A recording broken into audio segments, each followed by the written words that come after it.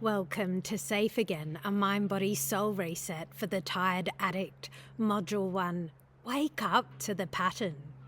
Thank you for being here. We're starting on time. My name's Julie, and I'll be leading today's module. If you have any questions, feel free to hold on to them and I'll answer them at the end. Addiction might have shaped your patterns, but it doesn't get to shape your future. Today we'll begin to untangle those addiction loops so you can reset your nervous system and reclaim peace.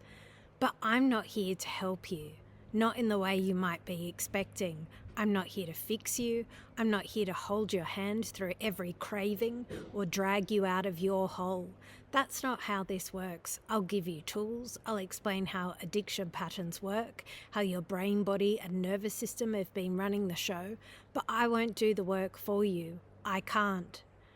And once you understand the mechanics of addiction, what it feeds off, how it survives, you'll know exactly why. The moment I try and save you, I'm feeding the same cycle you're trying to escape. The work is yours, and if you're truly ready to change your life, that should light a fire under you, not fear you into quitting, because it means the power has always been in your hands. You just forgot where you put it.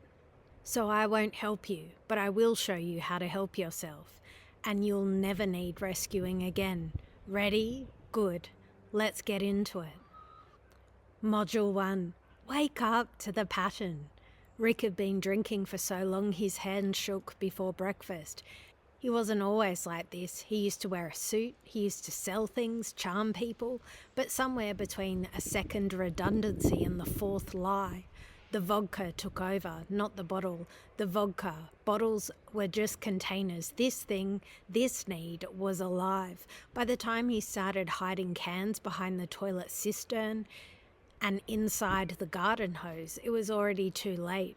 He told himself he was managing it. That was the first lie. His wife Lena tried to rescue him. She booked him into rehab twice, drove him there herself, made him smoothies, threw out every last drop of alcohol in the house, and that only made it worse. One night he stumbled into the bathroom, heavy from withdrawal. His cheeks flushed purple. He couldn't find anything. She had poured it all down the sink again. The whiskey, the mouthwash, even the vanilla essence. And then he saw it, her perfume, Chanel, some fancy bottle she got from her sister at Christmas, 80% alcohol. He unscrewed the top, took one sniff, then 3 gulps. It burned his throat, made him gag, but it gave him that flush of fire in his stomach, the illusion of control. When Leanne found the empty bottle, she thought the dog had knocked it over until he admitted it, grinned even. What else was I supposed to do? You took everything. That's when things flipped. She had been the rescuer, but now she was the persecutor. Look what you've turned me into, he snapped. You made me feel like a criminal in my own house. And there it was, the victim card. He played it like a pro. You don't understand addiction. You can't help it. You're supposed to love me anyway. So she tried again and again, bought him special drinks from the health store, hid the car keys, slept with her purse under the pillow. But he always found a way. Hand sanitizer, cough syrup, rubbing alcohol. He drank things that could blind a person. And when he passed out, vomit in his beard, pants soaked in urine. He'd wake up hours later and scream that she didn't support him. The triangle just kept spinning. Victim, rescuer, persecutor, repeat. And each time she tried to leave, he'd cry like a child, "Please don't give up on me." She didn't want to become cold, but she didn't want to keep living with someone who drank perfume just to feel something. Why am I even talking to you about this? Because you're smart, capable, self-aware. You've done hard things, you've survived worse, and yet when it comes to this, the drinking, the scrolling, the binge, the hit, something's still got a grip on you. No one ever told you this. Your addiction isn't a moral failure. It's not about weakness or willpower. It's a pattern wired into your nervous system, repeated so many times, it starts to feel like the truth. And maybe deep down you've thought, why in the hell am I still doing this? I should be over it by now. But here's the thing, patterns don't break because you're fed up. They break when you learn how to interrupt them over and over until the system resets. And that part, you have to do it yourself. I won't carry you. I won't fix you, because if I did, you would miss the most important truth of all. You are always capable of healing yourself. This is about reclaiming your power without the substance, without the cycle, without the self-sabotage. Let's get to work. So what are we really talking about here? The truth of addiction. What would well-being really mean to you? Before we dive into the pattern of addiction, let's take a moment, stop and ask yourself a question that might sting a little more than you want it to. What does true well-being even mean to you? Not the bullshit, I'm fine well-being. I'm talking about the kind of well-being where you wake up and feel like a human again. What would that even look like for you? Would it be not waking up in a dumpster with no underwear, wondering how you got there? Would it be walking into your own home and seeing your kids not looking at you like a stranger anymore? For some of you, well-being would be as simple as going a single day without feeling like you're crawling out of your own skin, not needing a drink or a pill to normalize it. For others, it might mean stopping the cycle of lies, not having to spin a story to cover up your trail of wreckage you've left behind. Maybe you'd like to stop numbing yourself with whatever's available so you can actually feel alive again. Here's the thing. Addiction doesn't give a damn about your well-being. It doesn't care about your family. It doesn't care about your dignity. It doesn't care about your future. It will rob you blind, slowly, painfully, until you're a shell of a person you used to be. You'll steal from your parents. You will lie to your friends. You will beg for help just so you can get a nose job and get back on the cocaine. You'll crawl into bed with someone that offers you comfort because it's easier than dealing with the wreckage inside. But here's the reality of addiction. I'm not here to sugarcoat it. Here's the hardest truth you're going to face. You're the only one who can break free. Not your therapist, not your family, not me, you. But that doesn't mean you're broken. It just means you've got to look at the demon in the eye and decide you're done. This is about seeing addiction for what it is, a pattern that has hijacked your mind, your body, your life.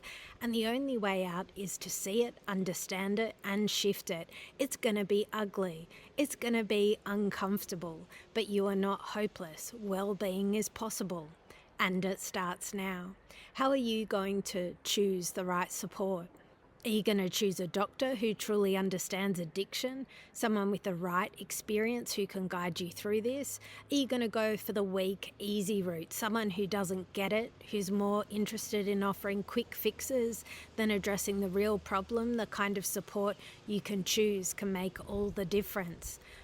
You might try and pull support workers into your Karpman triangle, the one where you play victim, seeking out a rescuer who will promise an easy way out and then fall into persecutor when the role doesn't work.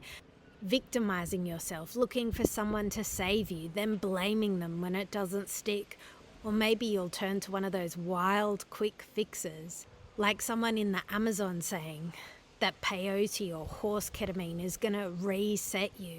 You've seen it all before, people who promise to make it all disappear, but nothing really changes. It's up to you to decide. Will you listen to real proven help or fall for another dead-end shortcut? The right doctor isn't there to rescue you, but to help you help yourself. The choice is yours, and how you decide to move forward will shape your future. But remember, as you go through this journey, you might feel sick, you might feel angry, you might want to blame the world. But the real question is, how are you going to make the best decision for yourself? About me, I'm Julie, a clinical hypnotherapist, a master practitioner of neuro-linguistic programming and a life coach. I work with the mind and subconscious mind to help you unlock your true potential.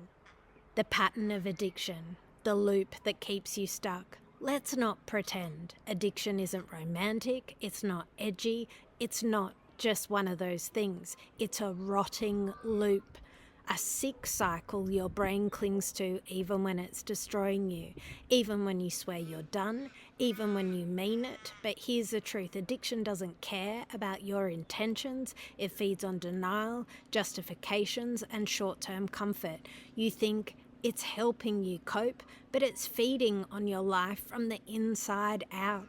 The next part might feel brutal. It's supposed to. You need to see the pattern for what it is before you can break it. If any of this hits too close to home, good. It means you're waking up. Let's take a hard look at the loop that's been running the show. Positive association. It's the only thing that makes me feel human anymore. I don't even enjoy it. I just need to not hate everything. External locus of control. I'm too far gone. Someone else needs to save me because I can't even remember what it feels like to care. Denial or justification. I only drink after work or before. If it's going to be a rough day or if I wake up breathing, that's a good enough reason to. Emotional frame. I'd rather be numb than feel like I'm crawling in my own skin. The bottle's quieter than my thoughts. Present orientation. Screw the consequences. That's tomorrow's problem. I just need to survive the next 10 minutes. Avoidant coping style. If I think about everything I've messed up, I'll lose it. It's easier to pour another drink than to face what I've destroyed. Intolerance for ambiguity. What if it never gets better? What if I try and stop again? At least I know what to expect when I use. Anxiety. I can't breathe unless I'm high. The silence is unbearable. I'd rather black out than sit with my own mind. The Karpman triangle. Let's talk about the real emotional game addiction plays. It's called the Karpman drama triangle. And chances are, if you've been playing all three roles. It's not something you're doing on purpose, it's a pattern that you've learned, probably years ago. And addiction loves this triangle. It feeds on it. Here's how it works. 1. Victim. This is the part of you that says, I'm helpless, no one understands, I can't cope. You feel overwhelmed, helpless and ashamed, and instead of taking action, you look for someone to fix you. As the victim, you might say, you have no idea how hard this is for me. I've tried everything and nothing works. I didn't choose to be this way. I can't help it. If you have my childhood, you would drink too. I just need someone to save me. 2. Rescuer. In this role, the addict flips to the power dynamic. Suddenly they're the one trying to soothe, save, or fix the professional. Why? Because it keeps them in control. What you might say as the rescuer, you look tired. Are you sure you're okay to do this therapy session today? I just worry you're taking on too much with clients like me. You don't have to fix me, you know. I'm here for you too. Maybe I remind you of someone. That's why you've gained weight. Here's a free gym membership. I was going to tell you about my week, but then someone told me you have cancer. Let me help you. It sounds generous, thoughtful, even charming, but it's just a clever way of staying above the process by avoiding being vulnerable within it. 3. Persecutor. This is when the shame flips into blame. You lash out, you point fingers, you turn the guilt outward so you don't have to feel it yourself. You might say as the persecutor, you're the reason why I drink. Don't tell me what to do. You're not perfect either. If I had real support, I wouldn't need this. You think you're better than me. You want me to fail. The thing is, you cycle through all three, sometimes all in 1 minute, and none of these roles actually help you recover. They just keep you trapped, spiraling in blame, avoidance, and regret. The loop, how addiction spins you around. It isn't just 3 roles, it's a cycle, a loop, and addiction loves it. You start in victim, no one gets it. I'm trying so hard and still failing. You slip into rescuer. I didn't know your life was this bad. I'll get better, okay, to save your reputation. Then it flips into persecutor. Screw everyone. They don't believe me anyway. I'll do what I want. And back again. Why am I like this? I hate myself. I'm so tired. Round and round it goes. Each time you spin the wheel, your nervous system gets more wired into the pattern, more defensive, more desperate, more exhausted. You keep seeking a fix, any fix, another hit, another promise, another excuse. So what breaks the cycle? You, as the observer. Not the fixer, not the judge, not the one trying to explain or justify, but the watcher, the witness, the one who starts to see. oh, I'm doing the same thing again. That moment, that pause, that awareness, that's where change begins. Even if your hands are shaking, even if you're high or hungover or raw from withdrawal, you can still watch. You can still see the pattern instead of being the pattern. And that's your way out. And I'll show you how to strengthen that observer, because you don't need another rescuer. You just need to wake up to the loop and step off the ride. Are you ready?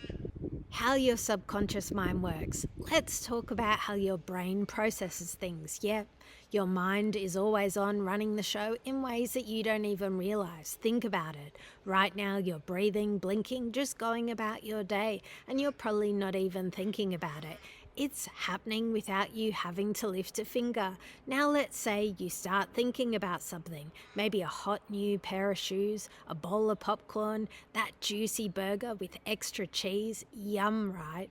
If we all start obsessing about it, I bet we'll be buying all of those things in no time. And guess what? Your brain doesn't stop there. Imagine thinking about those things constantly for a whole year. What do you think would happen?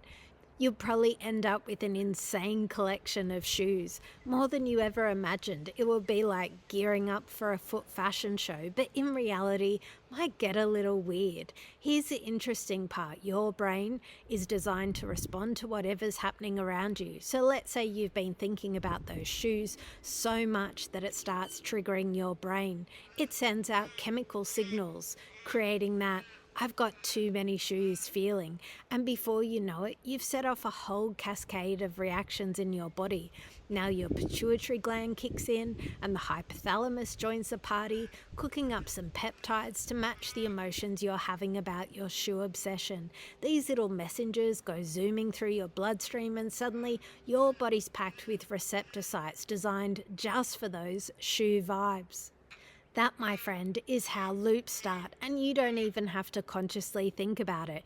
Just like it controls your blinking or breathing, it's running on autopilot. Pretty wild, huh?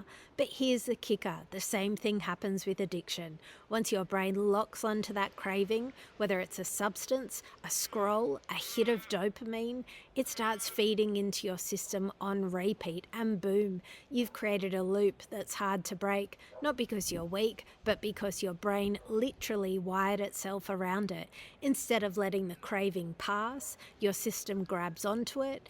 It turns a passing thought into a full-blown emotional event. Your body starts reacting like it's a need, not just a want. And that's how the cycle keeps going. Urge, relief, regret, repeat. So how do we break it? How to start shifting it? Before we wrap up, I'd love to invite you into a short guided hypnosis session. You don't need to close your eyes unless it feels right. Just allow yourself to tune out the outside world for a moment and gently turn inward. If you're not quite ready or it's not your thing, that's completely okay too. Just listening with an open heart can still be powerful. This track is called It's Been Taking From You. It's designed to softly remind your nervous system that you are not defined by your addiction. It's okay to release the hold it has on you. Your body is healing. Your mind is finding clarity. You are stronger than the cravings, and you have the power to move forward. So if you're ready, let's begin. Find a place where you can settle in comfortably, whether you're sitting, lying down. Let your body relax. You don't need to close your eyes unless it feels right. Just gently tune out the outside world and turn your attention inward. Take a deep breath in and exhale, releasing any tension from your body. With each breath, feel yourself sinking deeper into a calm state. Breathe in and let go of what no longer serves you. Imagine your body is like a beautiful garden. With every breath you take, it's as though you're watering and nurturing this garden, helping it grow strong and vibrant. Feel the roots of your body grounded into the earth, your energy flowing in harmony with the world around you. Now imagine that this garden is your essence, your mindset, your spirit, your health. all interconnected like a beautiful garden. With every breath you take, it's as though you're watering and nurturing this garden, helping it grow strong and vibrant. Feel the roots of your body grounded into the earth, your energy flowing in harmony with the world around you. Now imagine that this garden is your essence, your mindset, your spirit, your health, all interconnected. It flourishes when it's cared for, when it's allowed to grow in a natural, healthy way.